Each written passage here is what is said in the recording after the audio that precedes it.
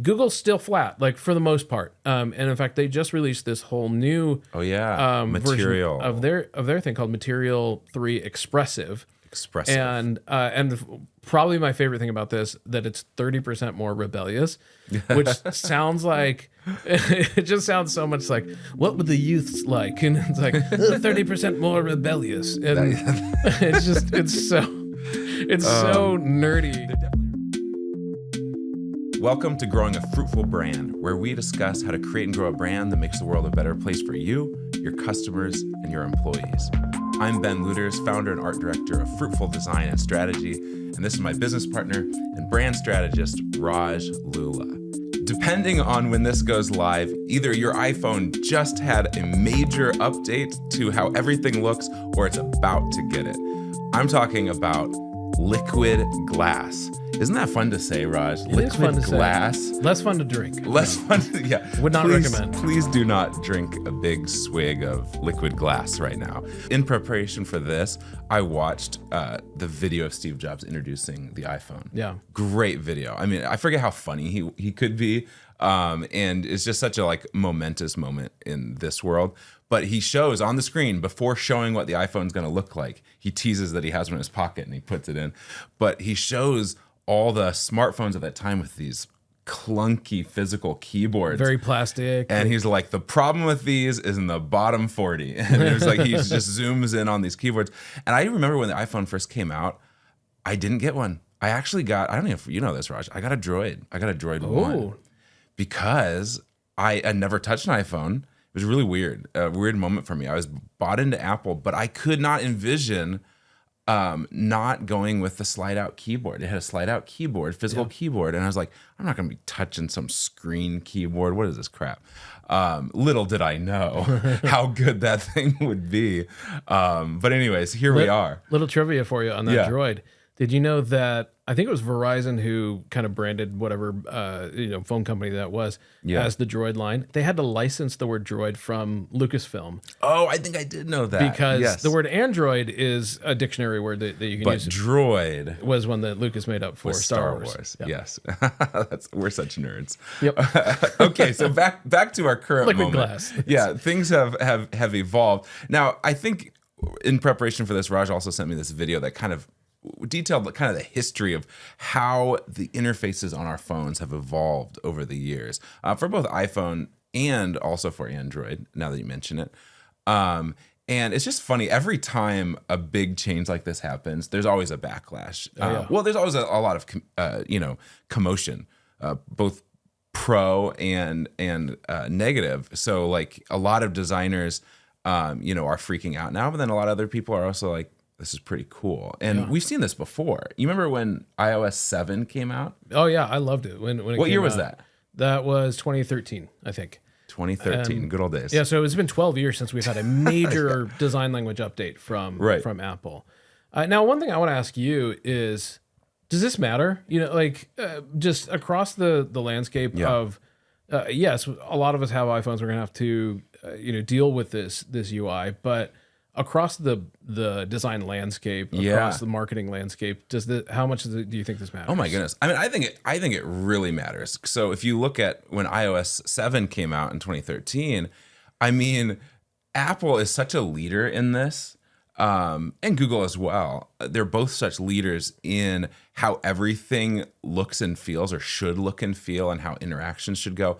It just has vast implications for everything. We watched logos of huge companies change because of the design language that Apple kind of standardized in 2013. Yeah. Do you have any that stand out to you of ones that went from very kind of? Oh gosh. Okay. One term we're going to use today, just establish this off the board here, is skeuomorphic. And skeuomorphic is when things in a digital or print medium look like an old thing, like another thing. And so even to a certain degree, things like fake 3D would be considered skeuomorphic because it's not really 3D. Yeah, like your phone is not actually bubbling up to show the round Pepsi logo.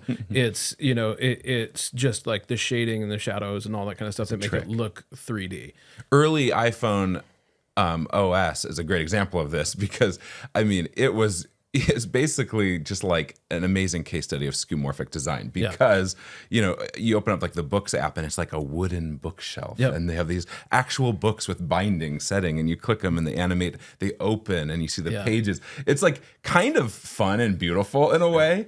And then you kind of like, I think over time, it's kind of like, yeah, this isn't the simplest way we could do this. This isn't really a notebook. Let's like, how can we, borrow from what is, universal about these things, what has to be, but also like just embrace the fact this is a digital experience. We're not fooling anybody. It was almost like it was a necessary, evolutionary part of the process. But the interesting thing, what we just mentioned, is everything went super, super flat, super, super digital, super, super, clean and minimal. And away from skeuomorphism. And away from like that was like, oh gosh.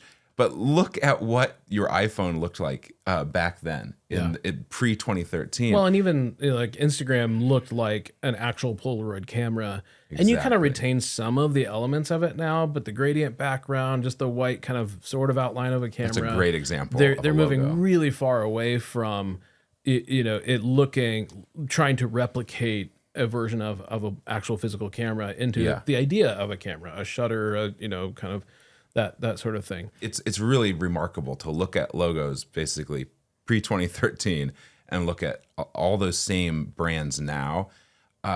This does matter. It really has implications.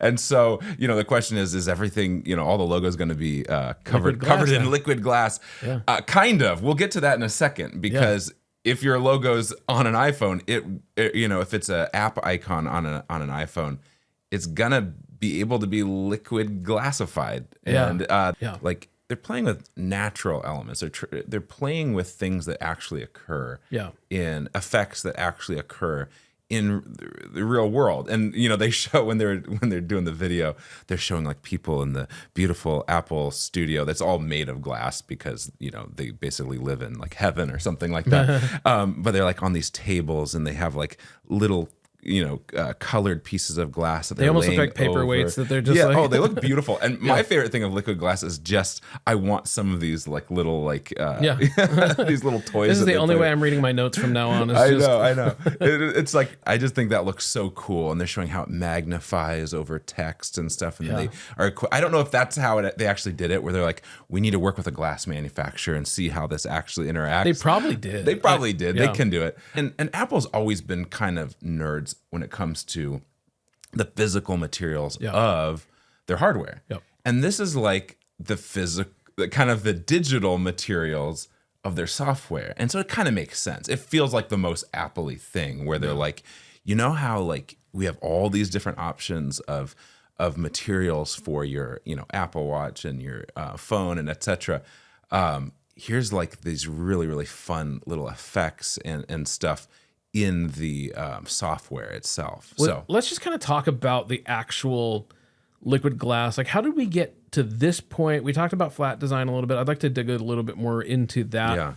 Yeah. So we started with skeuomorphic design. It's even funny because there's still some skeuomorphic that hangs around, like the phone. It's like it's shaped like an old school handset. Oh yeah. And part of it is like, what else would you use? Because at some point, if it's like, well, an iPhone is the most phone that people use now, then it's like, cool. So the picture of phone on the iPhone is an iPhone, and so then it's like, is there a tiny picture of an iPhone inside the picture of an iPhone? It's just like, how far are we going to go with this?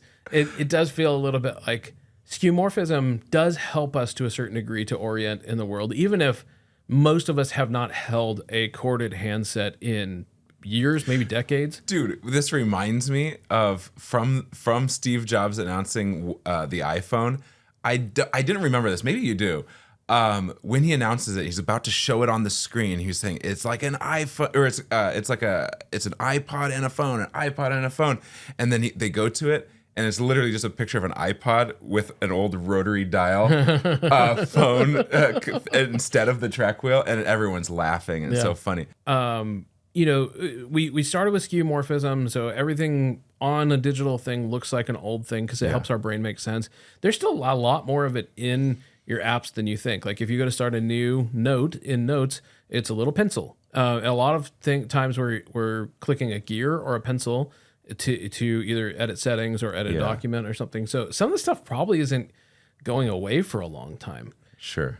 So we started there, and then we moved towards flat design. Can you kind of talk about like what is flat design? Yeah. How do we get there? I mean, I think it's really like, it's going back to some of the design principles from, think of like the Bauhaus movement and before World War II, and then even after that in the 1950s with like Dieter Rams from like Braun and stuff like that. These design principles of less is more. That's like literally Dieter Rams has a book called Less is More, and Apple has stolen so much from him and from the aesthetic of some of these beautiful mid-century pieces from the 1950s that are just very minimal. It's like minimalism. It's like, how can we boil these things down to their essence? Like, at what point does this no longer look like a gear? And then stop right there. Just enough, because we don't want to get overwhelm people. We don't want people to get lost in the details. And so they started making things a lot simpler and cleaner and more, easy to recognize at a distance and stuff like that. And the colors became simpler as well and more primary. And so designers love that minimal, like, how simple can I make this problem? That's like so much of what we're doing is how do we simplify this for ease of use, for ease of understanding, for more people to be able to understand it quicker. That is like so much of the design, the graphic designer's like job is how do I simplify it? But you do lose something, I think, in the details sometimes as well. And so there is always this balance. I think of, we're both fans of Johnny Ive, who, designed some of these Apple things that we love, the iPhone and the Mac and all this, MacBook. But even Johnny Ive now with his design agency, like, he does some very ornate and beautiful things as well as very, very simple things. And I think there is something that we lose when we just completely abandon anything that brings, texture and beauty and complexity as well. Yeah, we just had an interesting case study where we were working with this truck bed company called NXG. And they needed a logo that you could machine into things. And so this is one of the values of flat design, right? Is that you can throw it into a CNC machine and it can cut it out of steel. Like, this is a very important function, like you talked about, of marrying like something that was designed in a computer. Well, you started by hand and then you put it in the computer. And so there's all the like creative, artistic, graphic design stuff into this has to work in the real world. You have to be able to cut it out with a CNC machine. And I love that that problem, like trying to solve that. It was fun to have those constraints and like be like, oh yeah, I can't just do any logo here. Yeah. Because even some of the ones I pitched them, they're like, that's gonna be too thin. Yeah. That's not gonna be. It needs to be stronger. We need to go a minimum. And it's like, because it could physically break. Like, it could physically break. It's like that marriage of design and industrial materials. Yeah. So fun. Which gives it, it's funny because flat design removes all of that texture, but part of it is so you can put it in environments where there are texture. I think about like some of the Bauhaus clocks where like a Bauhaus clock, though it's really flat and really simple, does actually have depth and texture because you have the difference of the height of the hands and versus the dial of a clock and all the face of the clock, all those things. And so your brain does need some amount of depth. I don't know. Have you seen I think they're called resonance watches or resonance. That they're filled with oil and they look like an LCD, even though they're not like completely flat. It's we need to almost flash this up on the screen for your brain to comprehend that it's like a mechanical watch, but it looks so digital because putting the oil inside the crown just distorts the depth, and it makes it almost look completely flat. Wow, that's a great reference, especially as we're talking about liquid glass. That's like the physical liquid glass resonance watches. It's filled with this oil, so it looks like the everything underneath is like on the top of that dome. It's such a weird effect, and just resonance watches design wise are out of this world. It's very unique. but it looks also, digital. yeah, I was gonna say it's very cool, but it also like messes with your mind. Yeah. When the iMac came out, it's funny because this was there was a hearkening to glass there also. Like, Oh, yeah. every button on the iMac had this. It was kind of this like blue color. It had kind of this fake shine to it to make it look like it was a glass button. But then when everybody started adopting this, then everything on a computer begins to look fake. It looks, there's this like kind Bubbly. of fake, bubbly 3D where it's like, it's almost like your whole screen's kind of filled with marbles sort of. And, Yeah. but they're all fake marbles and you know that they're fake marbles. I think of like the old, Microsoft pinball game, and it's like, don't get me wrong, loved the game, but everything sort of looked like the Microsoft pinball game. And, Yeah. and it That's a was good just point. like, at some point you go, this isn't real. It feels like a lie. And interestingly, in all of this, Google actually led Apple in the flat design world, at least as far as I can tell. Yeah. Yeah. Because I think it was 2011 when Google started to shift towards flat design. And so Apple was actually more of a reaction 2 years later, 2013. And they go, And Windows was doing some crazy stuff too. yeah, this is maybe a hot take, but I actually loved the Windows Phone what like was interface. that? It was like the tiles that were like flat and really blocky. I remember.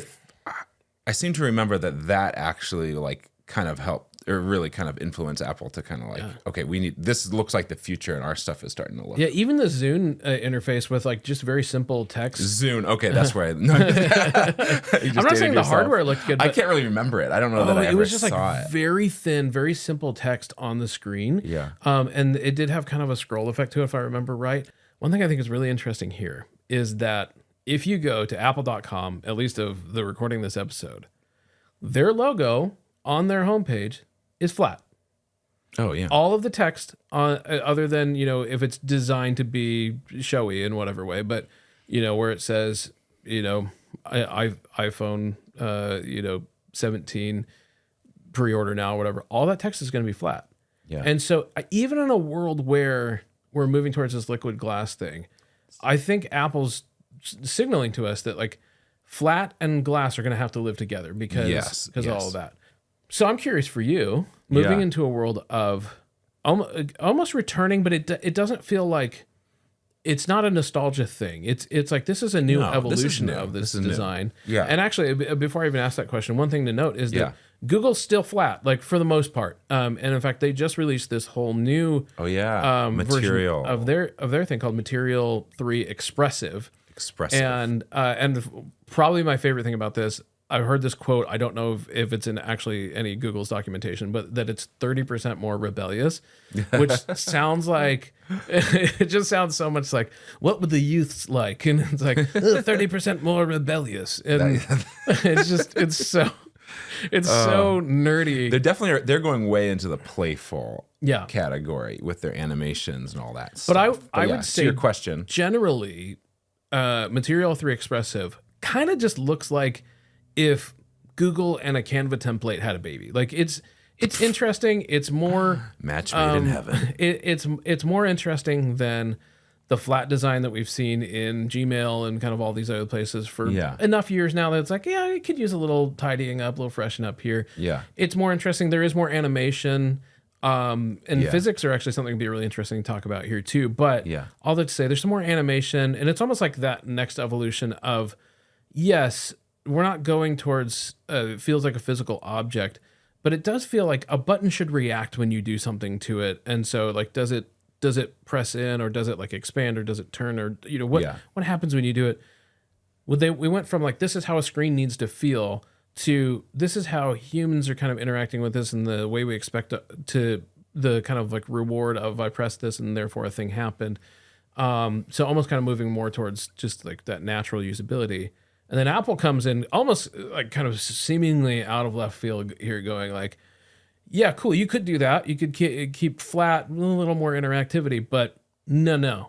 What about this? And they go completely glass. This is a very interesting thing. So I'm curious from your perspective. Yeah. What do you think about that? I like some of it, and I don't like some of it. I think that like, to a degree, like I was saying a second ago, I love this idea of like kind of clear, frosted little sections that don't impose on the main thing that I'm doing. I have some questions around some of the glassy highlights on edges of icons. Personally, when I see like a whole screen of app icons that all have like little frosted tips and stuff on them, it feels like what you just said a second ago with the marble game or whatever, a little bit, where it's like overwhelming. When I watch the videos, I love how liquid glass looks like when it's looking at one icon up close in layers. That's beautiful to me. But when I see a million of them and it's just like everything, it's like I wonder if it might be a bit much. It kind of feels like a jewelry store in a sense where it's everything's like, shiny. Everything's shiny, everything is glittery. And so that we'll have to see. I'll have to interact with it more before I can really give my full, approval or disapproval either way. I love from a design standpoint and just a usability standpoint, what I've seen of some of these animations and stuff, it's truly delightful. It's fun. They're having a good time, kind of like Google is as well. They're trying to play with haptics and other things that are just very pleasing to the eye, and that's fun. But like I do have a concern, more of a personal, somewhat moral concern with I want to spend less time on my phone. Yeah. Personally. I don't know how you feel. I would tend to agree with you across the board but the play that I actually think is happening here is kind of much less about is this necessary in terms of was there anything wrong with flat design? I would say no. Like flat design works really well. It's very usable. Even from an accessibility standpoint, it's more usable than we should talk glass. on that too. Yeah. But at the end of the day, that means something else is driving this choice. Yeah. And what I think about this is that it's really a fashion choice.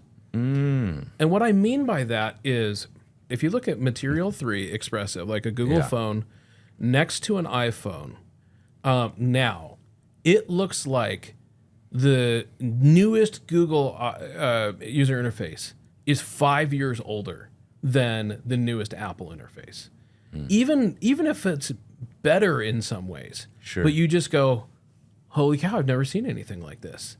And so, and part of what I was saying earlier about how this isn't a hearkening back to the the iMac days of glass on like the little shiny buttons on that. Part of what we're experiencing now is that these devices are so advanced now, and just Apple having studied obsessively how things react in the real world, and then creating a digital approximation of that. And now hardware is at a point where you can make, an interface do those kinds of calculations, millions of times a second. And that's part of what's so cool about this is you go, wow, we really are in a different age. Like if you go back and look at Toy Story, the original Toy Story. Just watched it actually a week ago, 2 weeks ago. The animation is a lot rougher than what you're going to find in later days. Now there's stuff that is computer generated. I'm not even talking about the AI stuff. I'm talking about like computer animation that you go like, that looks like real water. Like, holy cow. And I remember listening to a thing from Pixar about how they basically just over the years of developing their light engine is what they call it. Toy Story 1, I can't remember, it was like 6 points of light or something that it's like, so light bounces from, the sun to the ground and then back at the character, and maybe it was only even 3 points of light or something. It was just kind of rudimentary in that sense. But they're like, well, but in real life, the sun, bounces off. So you've got the direct light from the sun bounces off the ground and reflects back at that. If you've ever taken a picture on an entirely grassy field and noticed that you get some green shadows up on your face, that happens. That's why photographers will hold a white sheet. That's what all my wedding photos look like. We're all green. And then also if there's a blue car parked next to you, then you'll get some reflection from that. That's a different color. If you're holding a red mug, that'll also reflect. And so basically, one of the ways that Pixar's animation has gotten better over the years is that now the computers just calculate boom, boom, boom, boom, boom, the light bouncing off of all these different objects that are in the scene. Yeah. And so it makes it feel more and more and more real. And now your iPhone in your pocket is doing something very similar. Yeah. I don't even know how many, hundreds, thousands, millions of times a second. That does feel incredible. And I also think that it's impressive. One way that this is not kind of the skeuomorphism of old days is that the choice of glass in particular, they talked about why they did this, and it's because they've always wanted, and I'm guessing this is probably comes from Steve Jobs' own mouth, it to feel like a magic sheet of glass. It was the line that they used. I kind of feel like they were going through Steve's old journals or emails or something and found that phrase, and they're like, this is the direction that we're going. Yeah. And it feels natural on an iPhone because it is glass. Like the top part is actually glass. And I think that basically on smartphones, you could probably only use two materials in your interface that would feel natural. It would be glass or it would be metal. You could not use wood. Wood would immediately feel fake. No matter how good the light engine is and all that kind of stuff. Well, you'd be like, I'm looking at wood through glass. It doesn't make any sense. Well, and that's the thing. I mean, glass is the obvious choice because you literally are looking at glass. I mean, you know what I mean? It's like it is the right. Yeah, it's the right choice to go down. And like even as you're saying that, I'm just thinking about think of sci-fi movies back in the day, even in Star Wars and like Empire Strikes Back, and they're plotting out where the Imperials are coming. They're always on these like panes of glass, you know. Yep. And I know like Tony Stark, I guess isn't that's like in the air or whatever, but it's still everything's transparent. Like we've always kind of like thought that the future is going to be somewhat. Oh yeah, even Parks and Rec, I think they're using transparent phones when they go into the future. Because it's just sort of this. Technology is always going to move towards the device being invisible. And this is Apple's way of going, we're not there yet, but, obviously Google Glass was the best version of this. We know for sure that Apple was inspired in part by the development of the Apple Vision Pro and their augmented reality environments. My bold prediction here is that within the next 5 years, we're either going to see a completely transparent iPhone, and part of me wants to say next year just to be really bold. I don't think it'll happen next year because what you're seeing in the miniaturization of the technology in the new camera bump, the plateau as they call it, is that they are very clearly trying to move the components as far away from the screen as possible, and to minimize. And I think they would love to have a completely clear iPhone, maybe for the 25th anniversary of the iPhone. That's a very bold prediction, and I don't know if technologically we're even close to getting there. The iPhone Air is getting close, man. It's so thin. I think that's actually completely in line with this play here, because a lot of people were like, "Oh, the battery life is worse." All of that kind of stuff, even though Apple claims it's not, there's still an all-day battery, whatever that means. Right. But I looked at that phone, especially the graphic that says Air, and the phone is just like the eye of the Air, and it's a very thin font. And you go, holy beautiful cow. Marketing, by the way. I love that. Yeah. I think it was, I don't remember if it was Craig Federighi, whoever was talking about, it feels like you're holding your content. It doesn't feel like you're holding a phone. Yeah. And so that was one piece of it. The other piece that I found really interesting there is, again, everybody's complaining about, battery life, whatever. Imagine a female celebrity goes to an Apple store and picks out a phone. What's she going to pick? I would argue that the most elegant, the thinnest, the most disappearing iPhone for a gal who's like paid thousands of dollars for her outfit, for her hair, for makeup, just wearing millions of dollars of jewelry or whatever on a red carpet, but still needs to bring a phone with her. She's going to want the phone that disappears. Like you turn that thing to the side and it almost literally disappears because it's shiny on the side and it's about as close to a cloaking device as you can have for a phone. And I think it's stunning. And so that fits in with this idea here of like, we want the technology to disappear. We want this to be a magic sheet of glass. So I think they're actually signaling in a lot of ways the direction that they expect technology to move. Yeah. And Apple, in a lot of ways, has always been moving towards getting the technology out of the way, the actual device out of the way. Yeah. They made the iMac clear because they don't want a big, ugly, beige computer sitting in your family's living room. This is the direction they've always been going. Yeah. Now, that does not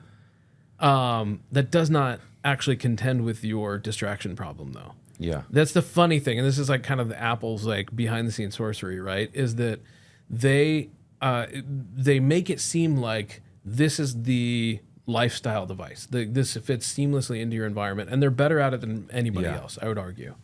However, if you look at Apple's numbers, their financials, the iPhone accounts for about 50% of their revenue. Is that right? Their next biggest line is services. So as much as they're trying to make your devices disappear, they want you to use them more. Yes. And not only that, another big line of their revenue is the money that they take from other apps. So not just their own services, but then the App Store cut that they take, which is anywhere in 15-30%. That's a big thing for them. And so when I say that this is a fashion play, part of this is to say, like, we want it to be more pleasing for you to look at your iPhone, so you look at your iPhone more. Exactly. And that gets to like the Instagram problem. And so they're sort of selling this, your phone is disappearing, so that you will look at your phone more. And the other thing I will say here too is that as much as like you might get it, you might hate it, you might turn off as many transparency settings as you can. But I think the other big play here, again along the lines of fashion, is that this is like having a loud restaurant. It's been shown that when restaurants are louder, the people who attend who patronize the restaurant are younger, because old people will leave a loud restaurant, and not even old people. Like, are you leaving restaurants because of this? There's some I don't go to. There's some I don't like to as much. Because young people will shout, it feels frenetic, it feels, sexy, fun, all that kind of stuff. But older people want to have a conversation, like if I'm going out and I'm going to spend money on a date with my wife, I want to actually be able to talk to her and not shout, at her with her, over the music, over the sound of other people. We don't need busy, fast, exciting. We want connection. And so the thing is, like, if your phone updates and you're like, I hate this feels so busy, exciting, guess what? They're calling you old. And it's to say, like, hey, this is the phone for young people. And I think this is part of why it makes the Google, material expressive thing look so old in comparison, is that instantly they're just saying, hey, it's not cool to have that anymore. Yeah, and they're such a trendsetter when it comes to this stuff. That I like that fashion play. That's really interesting. So I don't think that you're going to get people. I personally don't think that we're going to see necessarily a trend towards liquid glass, logos for everybody. You might have to have a version of your logo that feels that way for different iterations. I could be wrong, but at the moment, Apple's living in both worlds themselves. They've got the flat thing, they've got the liquid glass stuff. I would not be surprised at all if we start getting calls in about a year saying, like, hey, can you guys do that liquid glass thing to my website? Because the flat is going to start to feel older, I think. Yeah, no, that's a really good point. I mean, it's interesting too, because like I was just thinking as you were talking about, like, when in 2013 when things started going really, really minimal, like, that was also around the time that everyone's like, oh, gradients are the worst, transparency is the worst, drop shadows, ugh. Yep. And then I feel like we've kind of come back like, well, sometimes gradients are in nature. Everything has a gradient. This table has a subtle gradient, like shadow, like how can we borrow some of the best elements of those things in subtle ways that feel natural and aren't like extreme? By the way, two quick things I do want to mention from just like what lessons can brands learn from this. One is, the Steve Jobs approach of they'll know what they want when we tell them. Assume that you're not that person. Assume that you are not Steve Jobs, the visionary who's people are gonna know what they want when you tell them what they want. Because I mean, think about it. There's virtually no other company in the American landscape or even international landscape that gets away with that. I would say here's a fluke. Maybe some of your high-end fashion brands, and so like Rolex or whoever deciding like pink watches are cool this year or whatever. Sure. Yes, there are some of those things in high fashion that you see that, but everybody else watches those leaders and says, okay, how does this fit in with us? That's one thing. So I would just say like, I don't think that's actually a very good approach. That's a great approach when you're a $3 trillion company, you know, and I saw a video in preparing for this that said that Apple could go without making a single dollar for 5 years.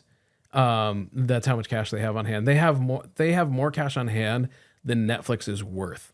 And Netflix is worth maybe more than it should be even. And Go so work for Apple. yeah.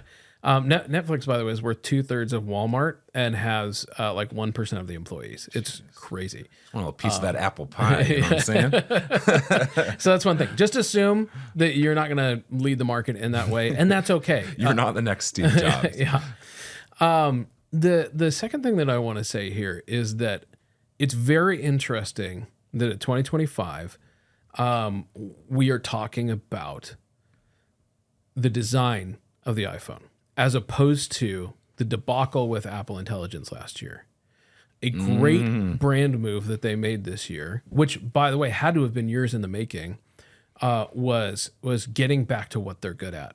I think it was maybe Craig Federighi earlier this year talking about how one of the things that they realized this year was that they don't necessarily have to be the ones to create the AI.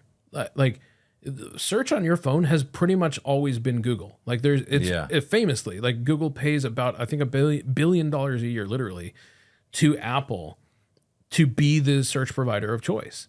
And so, and aren't they partnering with ChatGPT? Wasn't I seeing like they're ChatGPT also, is like baked in? Yep, and they're considering using Gemini as a supplement to Siri in the future. It's kind of humility from their part, maybe. Yeah, well, and it's just like Apple, even though they dropped the word computer from their company, from their name, their official name, like they're a hardware company at the end of the day. And yes, software, but that software that they create is generally just for the purpose of supporting their hardware devices. That's where they make their money.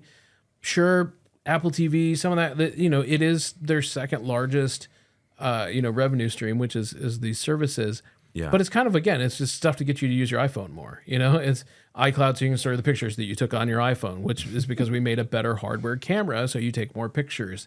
And then it's Apple TV so you can watch stuff on your iPhone. And, they've made some really great programs and that's amazing. But generally, all of those things are related to the hardware. And when they took a step back and go, you know what, we're not really a software company. We're going to still explore it because we want to make sure that, that we're offering the best assistant or the best experience possible, whatever, then we need to know if we can do it better or more affordably than we could buy off the shelf from Google or anybody else or customize with somebody else's technology.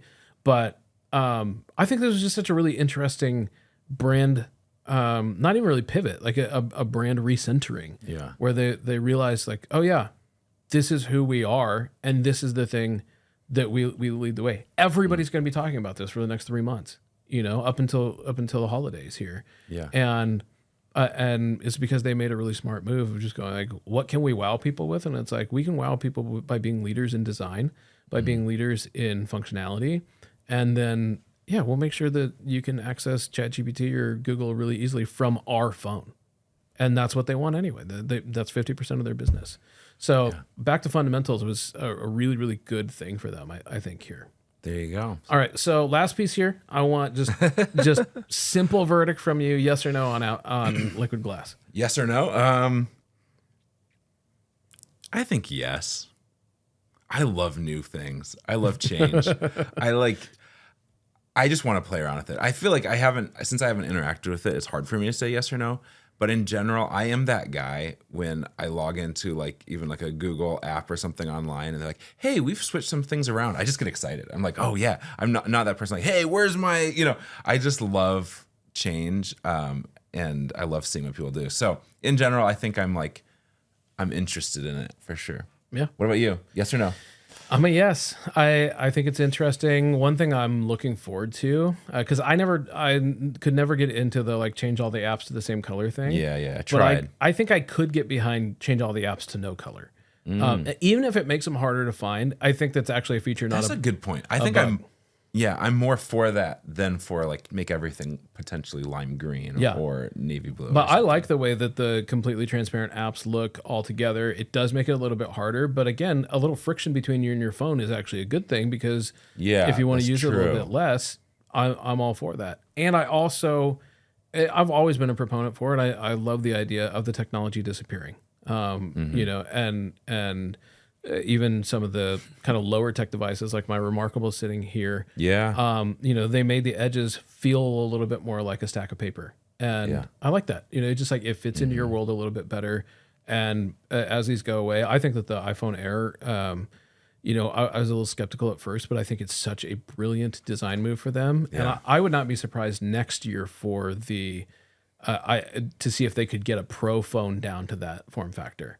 Like these folks have 12 months to get more cameras, better cameras into that small of a form factor. Well, the Pro camera, you know, the Pro phone, they just really has a special cooling system and all this stuff. It's like, can they get that even smaller and get it into the air? Because like the air's going to need it. And there's some fear that thing could get pretty hot as small as it is. And battery technology is changing, because most, you know, some stuff going away from lithium ion to whatever it's sodium carbide or whatever and I'm sure I just got that wrong exactly what the chemical is, but you know, battery technology is changing a ton. I mean, look at electric cars. The battery technology is like, so in some cases in China, doubling and tripling year over year. Well, here's the twist, Raj. They're gonna come out with that fully glass, see-through, beautiful paper thin phone, but it's going to be a landline. It's got to be plugged in all the time. So that's where we're going. The future is wired. You heard it first from me. But thanks for doing a deep dive with us on this new Apple design choice. We know the folks who listen to this podcast really love and care about design, and we'd love to serve you with any design needs that you have, but also just to continue to geek out with you about the leaders in design that shape our world. Thanks for joining us today on Growing a Fruitful Brand. If you found today's show helpful, don't forget to subscribe and consider sharing it with someone who might also enjoy it. If you'd like to work with Fruitful on a branding, website, or messaging project of your own, you can always reach out on our website, fruitful.design. But until next time, don't forget to grow something good.